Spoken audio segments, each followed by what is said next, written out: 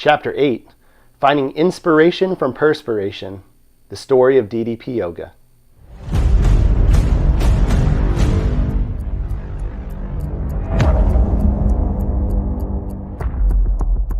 Welcome back to my channel. I am Unstoppable.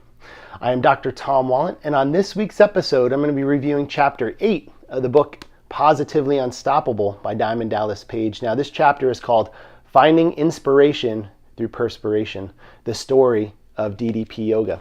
Now, I just want to warn you guys, in the book, this is the longest chapter of the book, and again, it's written with tremendous storytelling and a lot of detail, so I wouldn't do it full justice by just, I would just end up reading the entire chapter out loud to you guys. So I would really encourage you, as I have, read this book. It's phenomenal. But if you really want to know all the details about how DDP Yoga got started, it's all written here in the book. So before I get started, I'm going to put my glasses on because everyone looks a little bit smarter while they're wearing glasses. And let's get started. By 1999, at the age of 42 years old, DDP was on the top of the wrestling world, headlining one WCW pay-per-view after another, working angles with top Hollywood celebrities and athletes, appearing on mainstream television shows and magazine covers. He signed a 3-year, multi-million-dollar contract with the WCW at the highest point of the Monday Night Wars. He was reaching household name recognition status. At the height of his career, one night, one match, one move changed everything. In a match with his good friend Kevin Nash, he took a routine powerbomb that he performed multiple times before. However, this time he landed awkwardly and severely injured his back. He laid there in the middle of the ring, unable to move, knowing that this is way beyond the normal bumps and bruises of the wrestling industry. His team of doctors all told him that this back injury was so severe that his wrestling career was now over. All of the momentum that he built up to this point came to a screeching halt on this very night. He was so injured that he could barely move without pain.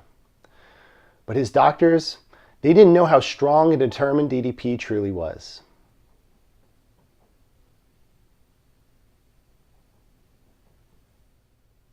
He knew there had to be a way for him to kick out. So he started running positive thoughts in his head, thinking of all the wonderful things that he was grateful for, and that alone gave him the power to get out of bed. And at this point, that's about all he can do, was just get out of bed. Now, at the time, his wife Kimberly was really getting into yoga, and she suggested that DDP start to try it, that yoga may help his back. His first reaction, fuck that, I'm not doing yoga. He's not the type of guy that would ever get caught dead doing yoga. Well, that was until he actually tried it, and he discovered Brian Kest power yoga tapes. He was still very, very limited in his movement, but he discovered modifications for all the tough positions. He gave himself a month, because at this point, he had absolutely nothing to lose. And you know what? The yoga was actually helping. He started to blend traditional yoga moves with all of his modifications he discovered, with old school calisthenics, and his sports rehab exercises he's been using for his back. At this point, he truly believed that this combination would help him get back in the ring. This was the beginning of the mindset shift, where he realized that he would have to be flexible, not just physically, but mentally.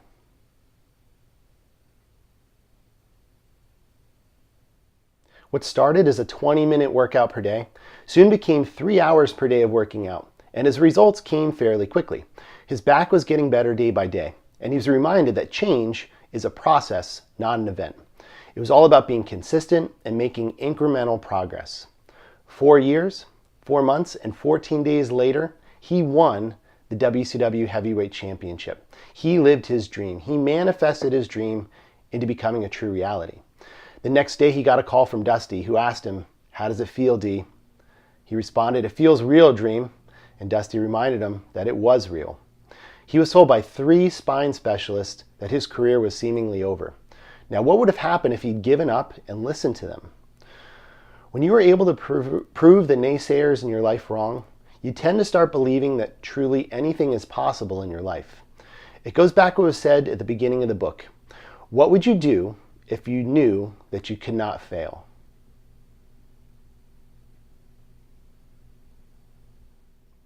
DDP created his own personal workout. Now he needed to maintain this each and every day to stay in wrestling shape.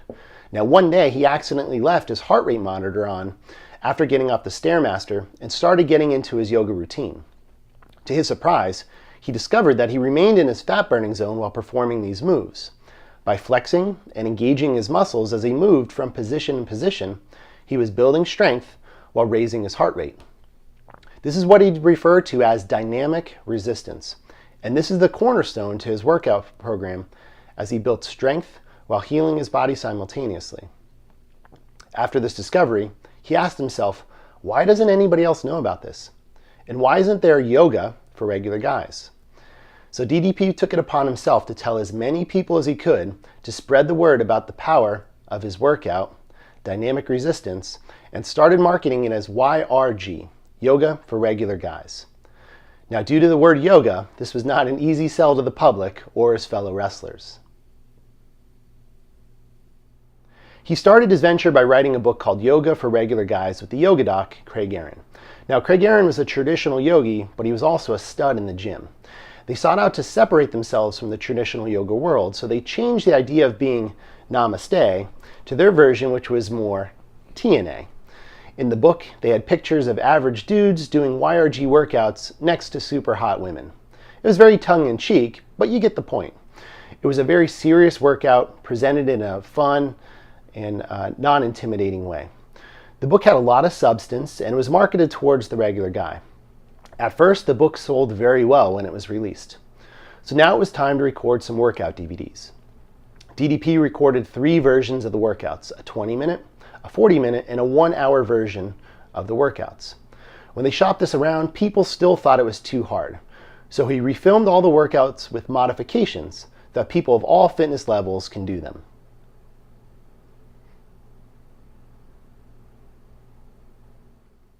Now, DDP didn't want the burden of having outsiders risk their money on his endeavor, so he used all of his own funding to build his company.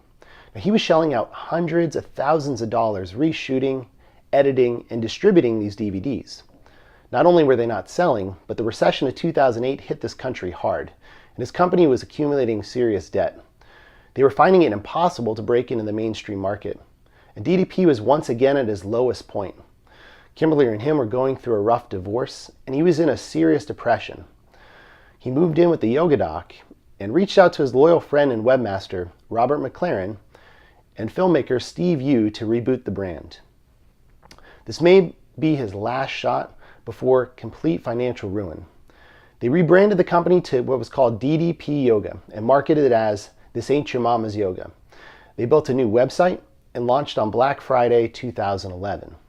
They used a very low-budget, grassroots, guerrilla marketing campaign on Facebook, and sales were steady, but not remarkable. Now at this point, Steve Yu saw some footage of a man named Arthur Borman that's been using the DDP Yoga program, and he asked to re-edit some of this footage to make promotional material. Who would have guessed that Steve Yu's video of Arthur Borman's story would be the thing that would save DDP Yoga? He sent his version of the video to DDP, which honestly confused him because at no point did it even mention the words DDP Yoga. It showed the emotional and inspirational transformation of a man that we all know today. No one thought it would work, but Steve's vision was to focus on inspiring people instead of selling them with a commercial. Well, once it hit the net, it reached the front page of Reddit and went completely viral. Celebrities and influencers were sharing it on social media, and major traffic started hitting their website. Orders were literally pouring in, and they went from selling 15 DVDs per day to over 400. Now, not expecting this growth, they only had 1,000 DVDs in their inventory, and DDP committed to printing 50,000 more copies. It was just the 3 of them working, and they were not prepared for this success. They had to learn on the fly everything they needed to know about becoming a fulfillment center. And they did all this with the help of a small group of friends and family. Their sales would grow from $20,000 to $28,000 to $40,000 to $87,000 per day. DDP Yoga was an overnight sensation that only took 8 years. DDP moved back to Atlanta and bought a home that would be the headquarters for DDP Yoga. We know this as the Accountability Crib. Steve and him learned how powerful their message was and how focusing on helping others would forever shape the company's future. With a single inspirational video, they could see that the world just wanted proof that they can do anything. Arthur's video made people believe in themselves, And for many, that's all it took for them to completely change their lives. In October, still riding the wave of Arthur's video, they moved Jake the Snake Roberts into their house to help him get his life back together. They decided to film this process, again with the goal of producing inspiring content. In the middle of filming, DDP heard that his close friend Scott Hall had hit a very low point in his life. And after talking to him about Jake's recent success, they moved him into the accountability crib as well.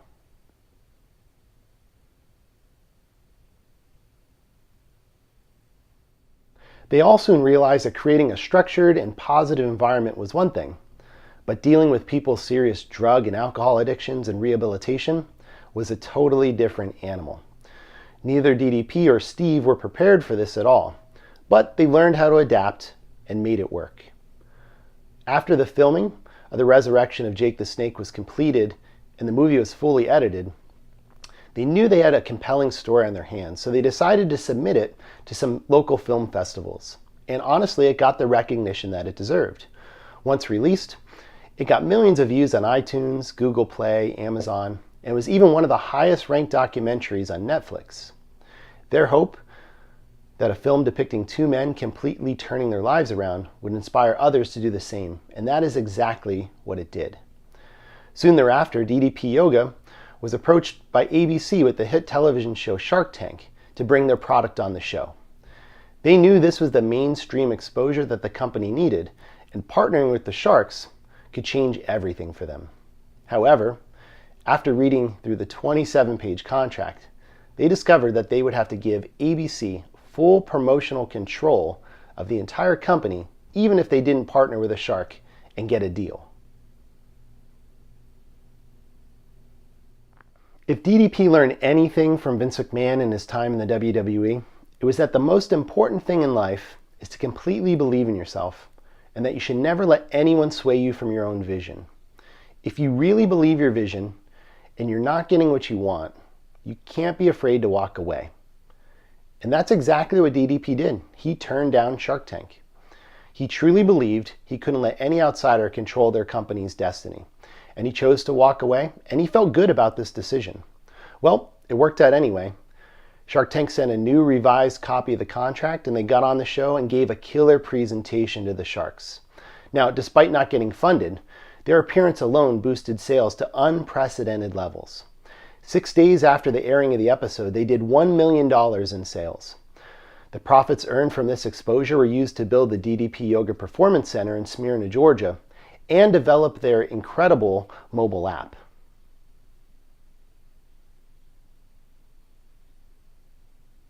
Thank you again for watching this video. Be sure to like this video, leave a comment in the comment box below, and subscribe to my channel, I.AM.UNSTOPPABLE. Now in the next few days, I'll be releasing the last few chapters of the book, Positively Unstoppable by Diamond Dallas Page, so keep an eye out for that. Also, I'm going to be doing a series of videos which is going to be concluding my participation in the 2019 DDPY Positively Unstoppable Challenge, where you're going to actually see my after photos, and I'm going to be releasing some of my body measurements and my final results. So I hope you guys are all doing well, and just keep an eye out for those videos.